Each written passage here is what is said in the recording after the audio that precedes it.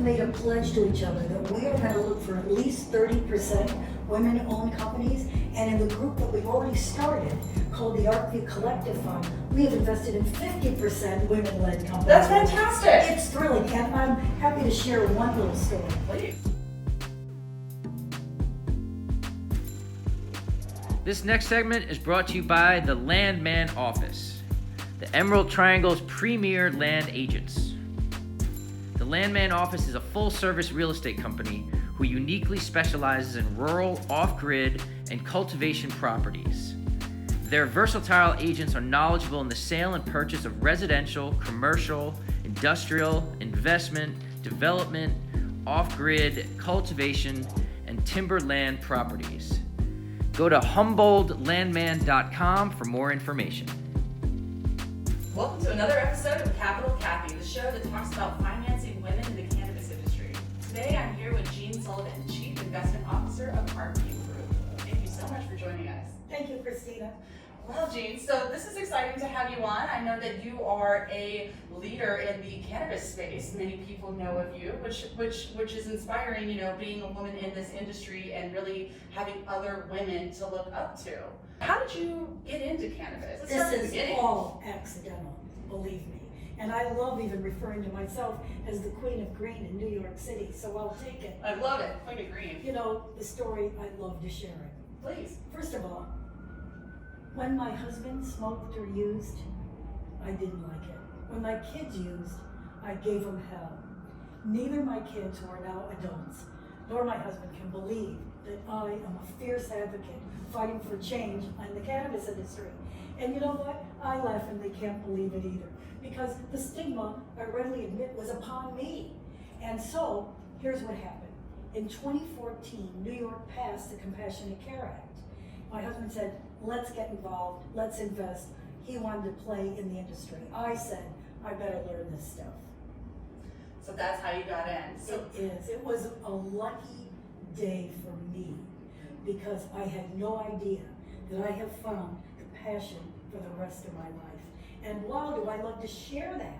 Because if I can inspire others, if I can lift the stigma, if I can create wellness, wealth, why not? Isn't that what it's all about? Absolutely. I mean, the grass is green on this side of the fence, This sector is so fabulous because here's what happened, continuing the story. So I started to do the research.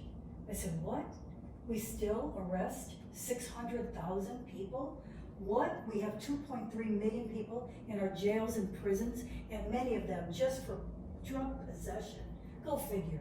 But then, because I'm a 25-year tech investor, as a venture capitalist, I saw within 5 seconds the economic upside, that the next big thing was here. Awesome. And I mean, coming from the tech industry, you have seen a big boom there. I'm sure coming over to cannabis, this is a very exciting industry for you because you're really starting from the ground up. We're building a name for the industry and for women in the industry. No doubt, but what's fun for me is having spent many of my professional years in tech, I see a total ability to leverage now the lessons learned in this industry. How to build a best practices company, how to figure out if one's worthy of an investment, how to support men and women, and I certainly do have a real soft spot for supporting the women, business owners and leaders and investors, and getting them in the business and opening doors for women. Excellent. So, coming from the tech industry, which is established, and then you're coming into the cannabis industry, which is very youthful, we'll say, on the surface. It's very new. A lot of these companies that are coming in, this is a labor of love for a lot of people. What can you say to some of the pitch decks that you might have seen or some of the financial projections? I mean, some I'm sure look like investable companies. Some companies need some guidance to get there. What can you say to, the companies that are emerging in this industry? Well, I believe it's just like walking into, let's say, a wallpaper store or a fabric store. If you've never done it, it's totally confusing. But I've seen 1,000 times 1,000 business plans and pitches, certainly in tech and other areas of e-commerce, some life sciences work. And so you apply those very same principles. Guess what? You need a dynamic CEO, and there's one line I always use. they have to know what to do and how to do it. And so you see that, you recognize, there's pattern recognition around that type of CEO, man or woman, who can build a business and knows how to build it. So that's critical and certainly number one. But then you say, hey, can this scale? Are all the pieces and parts of what I'm hearing, do they add up to a company that actually can build quarter after quarter or year after year top line growth? Do they know how to deliver the product? Do they know how to take it to market? Do they know how to acquire customers? And leadership, like you said, is so crucial in building and developing and elevating a company. As we both know, word on the street is only 2.2% of investment capital goes to women. And we also know that for every $1 that's invested into a woman-founded business, she returns $2 versus our male counterparts that return dollar for dollar. The whole story's pretty sick. And you know what? I've been in that movie for now many, many years because it is that same ratio in technology. We want to change that in the cannabis industry for several reasons. But you know what? I've been part of studying what's going on for women and diverse leadership teams for many years. And the research has already been figured out. You know what it is? You need investors, men and women, who have an eye toward opening the door for those, let's say, groups that they're not used to seeing. People want people that look like themselves around the table. And it takes understanding that diversity does matter, just like the facts you quoted. Guess why? We have a different lens in which to look at something. So I believe in diversity around geography, around age. I'm going to look at something different than maybe you. Mm-hmm. And also around certainly gender. I think there's all kinds of diversity that can happen and needs to happen because we have different needs, and that's what we bring to the table. Absolutely, I couldn't agree more. And you know, I was speaking to the CEO of a very well-known company in this industry that has been has closed on millions of dollars of funding. This is a man, and he had asked me one time. He said, "Why do you think not enough women get invested in?" And I have two answers. The first one is, I don't think the exposure is there. I literally don't believe, after going through financing myself last year, that enough investors are exposing themselves to women or vice versa. I don't think that there's enough face time happening there.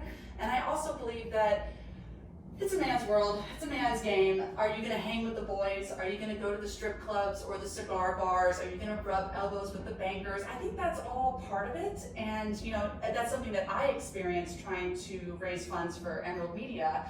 I went to multiple strip clubs. I went to many cigar bars. I hung out with the boys because I wanted to close on that capital. But Christina, there is something different for us now in cannabis because women, and even older women, are one of the largest and growing cohorts for the sector. So guess what? We don't want to go into head shops that, are stoner havens. We want beautiful places to shop. We want delivery services that are going to serve our needs. We want products that are built for purpose for women.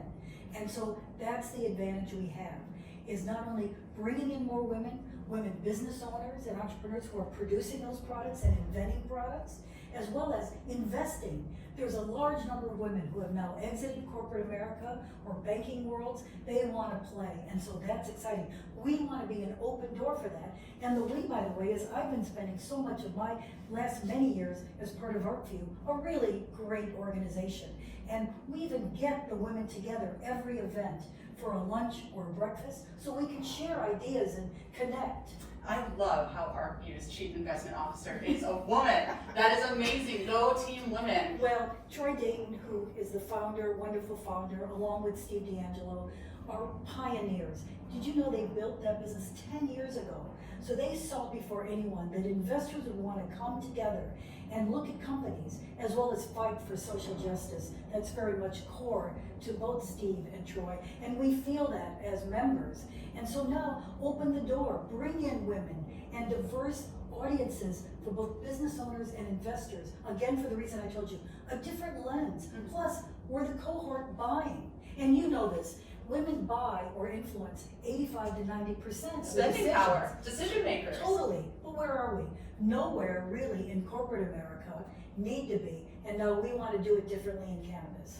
So coming from the tech industry, I naturally think Silicon Valley, and I think the Bay Area in Northern Is that because California. you're a Californian? It is. It's because I was in Humboldt, and then I was in Oakland and San Francisco, and D'Angelo with Harborside, and so is that how you came into Arcview?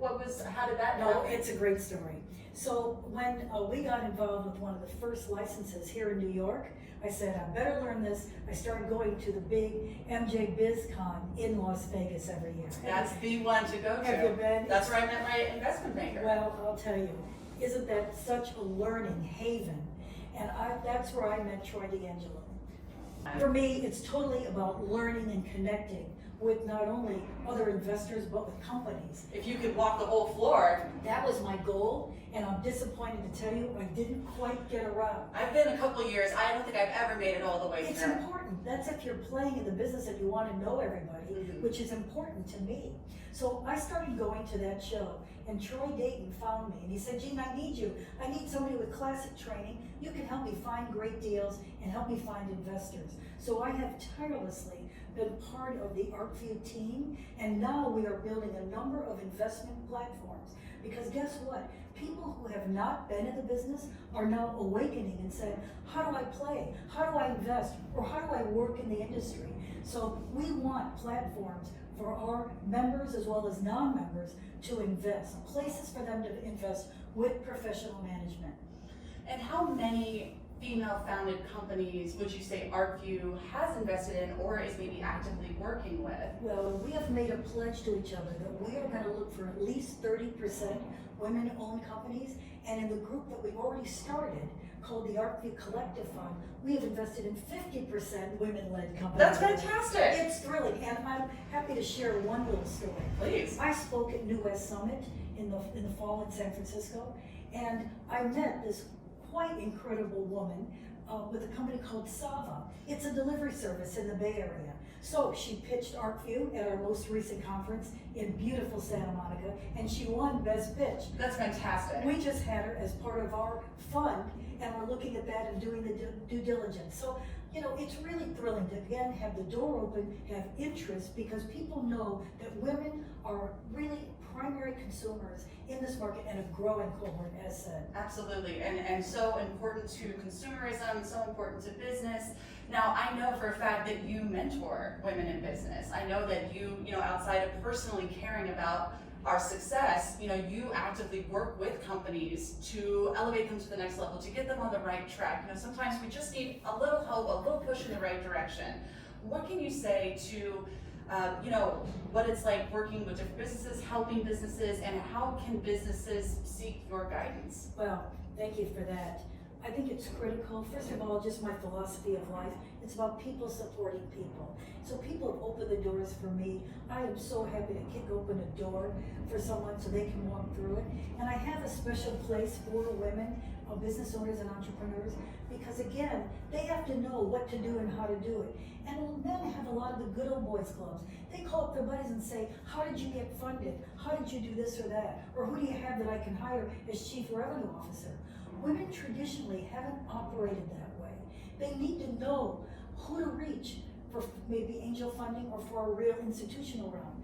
They should know how should their pitch deck be put together, what's important to mention, and one of the most important things, and often men do this too, but women are notorious for this, and this is where I try to help, to understand the numbers, to understand the financials, to understand what the company valuation should be, to understand how much capital they should raise.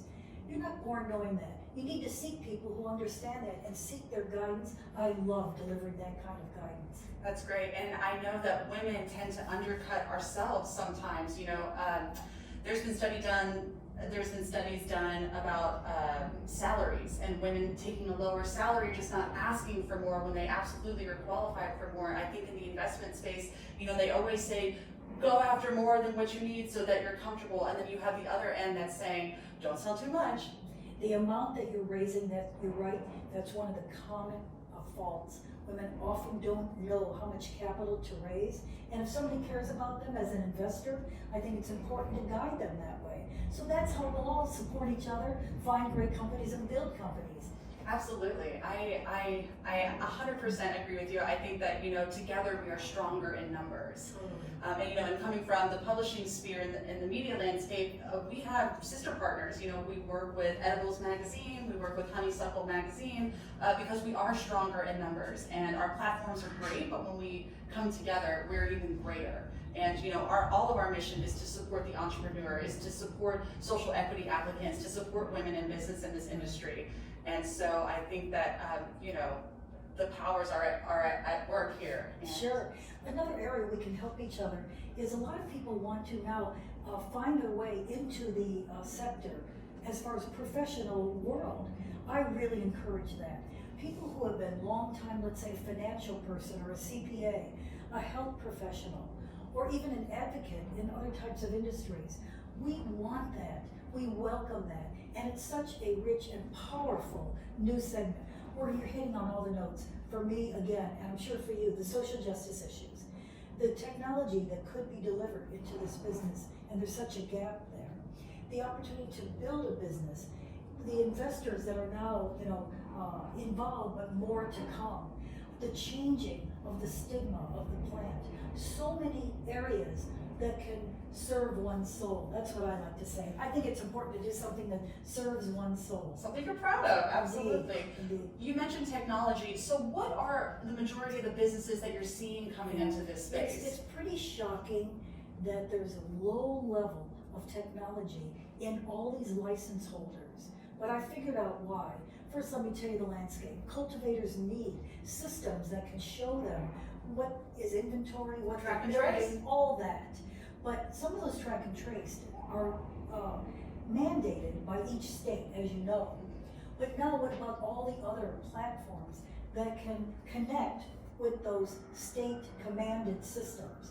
Those are happening and being built all the time. There's some very terrific ones out there now, but there's more being invented and need to be. Second of all, the retail experience. I'm sure business research, you've been in a few dispensaries, right? Well, so have I. And it's not necessarily a great experience from check-in to check-out. They're all different. They're all different. Yeah. I think the user experience is really also something to pay attention to, both from a technology standpoint and just from a, hey, do I want a return kind of experience as a customer? So Harborside is such a wonderful dispensary in Oakland. That's Steve D'Angelo's dispensary. And you get a basket and you go to each of the areas. You shop around. You shop around, looking at the label. Now that's municipality driven. And I was in San Diego and had the same experience at a couple of wonderful dispensaries. So I can't wait till that's pervasive. And of course, here we are in New York, where it's no flower, no edibles, and I like to say no nothing. So I can hardly wait till some of those great brands can find their way to New York and up and down the East Coast. I'm excited for recreation to come to New York. I don't know if it's going to be, California, they legalized it, and I feel like the flip was almost instant. They welcomed people through the doors so quickly. I don't know how New York's pace is going to go. Something I love to share, and people are often surprised to learn this. The reason all those adult use states happened, including California, was that they are ballot initiatives where the people can put that on the ballot as a citizen initiative. We don't have that in most of the East Coast states. It's all legislatively driven. Massachusetts did have that ability. And so in New York, we do not have the ability to put a citizen's initiative on the ballot. And so that's what causes the issue around, is that gonna happen or not? Now, I predict, yes, it looks like it's really good for New York. It's in Cuomo's budget, and he wants it. Guess why? Because Cynthia Nixon kicked his butt, saying that you need to have a focus on this, and he did wake up. And now, as you know, the people of New York want this kind of initiative. Yes, he couldn't have his competition rattling his cage. He had to get on Indeed. it quickly. So for people that we talked about, that want to get into the space, what would you recommend be step one? Do you know what's so interesting? Last year alone, there were over 235 cannabis events, and that's just in the US. So an event is everywhere. Certainly in New York, we have plenty of wonderful events where you can meet people, meet companies, and all. Then there's certainly the big events. Arcview puts on several magnificent events, MJ Biz and others. So it's important to go to those. Most of those are business professional events, and that's if you want to play as an entrepreneur or business owner or join a business type company. So I think that's available, and it's in every major city now. But also there's wonderful pieces to read, wonderful trade publications, wonderful blog posts, so you can learn. I think it's important to learn, to listen, and to meet with people all the time. Absolutely, I agree. And speaking of Canada, we're talking about financing here. I mean, can we talk about how kind of the state of cannabis has felt a little depleted and dry over the last year or so? When cannabis went onto the Canadian market, we had these large valuations of these companies, which kind of deflated. What can you say about, someone that's hunting for investment capital and maybe they're getting stonewalled? People are apprehensive, they want to see how the industry plays out. What would you say to the woman out there who's trying to get her business financed and she just keeps hitting a brick wall? Well, first of all, you're right in observing that there has been a correction, and it's been a pretty deep one. And it's because, many of these companies, US-based licenses, went to Canada on the Canadian Securities Exchange and did these RTOs, reverse takeovers. But then the money dried up for that, and many of these MSOs, multi-state operators, and single-state operators, SSOs, had depleted capital to then continue to buy licenses. So the whole industry has gone through a correction. Now, those of us who are investors, even though nobody likes a markdown, it was needed because valuations need to be rationalized, and that is what is happening. Notice I didn't use past tense there, because guess what? Many CEOs don't understand that and still have lofty valuations that are out of sync with performance or with top line. And so I think it's important for men and women to understand what should the valuation of the company be, what is realistic as far as driving top line revenue. But there's plenty of investors everywhere that want to invest in a great company. Now connect, let's get both together. And luckily there's more and more people, both with funds and investors, who are seeking those great companies. And there's a lot of people outside of cannabis that want to invest inside of cannabis. That's what's happening. I have been speaking in audiences of non-cannabis people lately. They're hungry to invest. They don't know where to invest. They don't know how to invest. And that's why it's fun to be a professional investor and say, take a look. Here's some things we're doing. Here's other funds. Take a look and see if that's right for you. So you don't necessarily have to be alone in doing it, because it's very complicated. And that is the opportunity, to be able to understand the complications and then to be able to work with those regulations, which are many, and to understand what to avoid and what not to do, to understand the future of what might be happening with a certain product. All those are necessary to make quality investments. Excellent. Well, this has been very enlightening. I've enjoyed speaking with you thoroughly on this topic. I mean, we could certainly talk about the industry all day long and all into the night and the next day.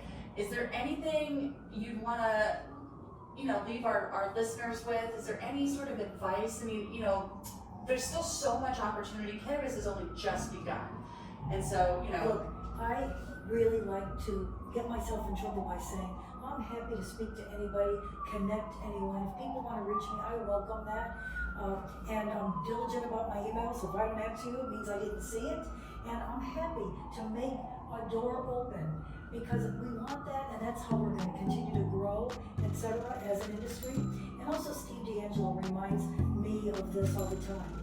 The gay movement changed because people came up and they said, here's what's going on for me. I like to be out and say, I believe in the cannabis industry, for the wealth and wellness that it can create, for lifting the stigma. And so I'm happy to share that and to inspire others. Thank you so much.